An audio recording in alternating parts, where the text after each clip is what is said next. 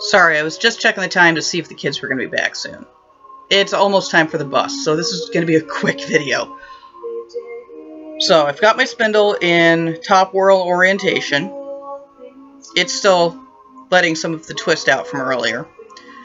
And I've got my fiber. I've got it all fluffed out to the point where you can sort of see through it. And that actually is a good thing, because that makes more area for your leader to grab onto. So, you start this spinning. That was not a good start. Let's try this again. I haven't used this in a few weeks. There we go. Now, that twist comes up into here. Now, you want to let it into your fiber.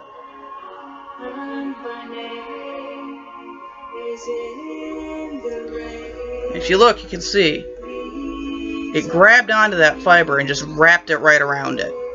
Now you want to wind what you've spun up onto your fingers. Go ahead and get a little bit of that leader on there. And then wind it on.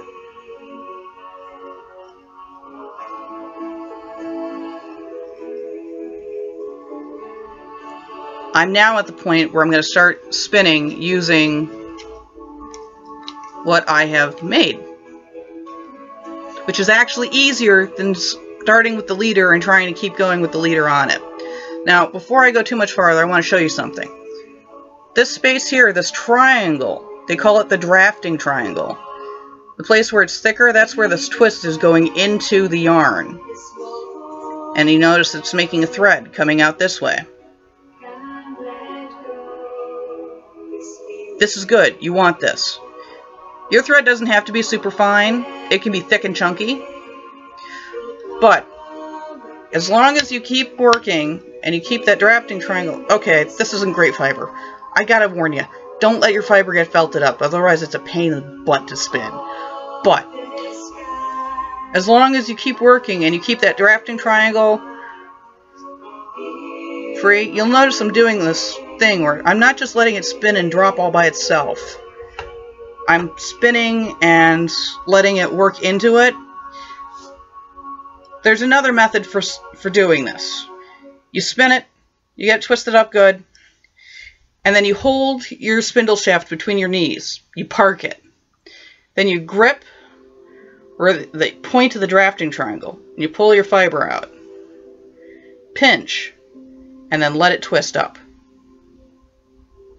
And then do a little bit more.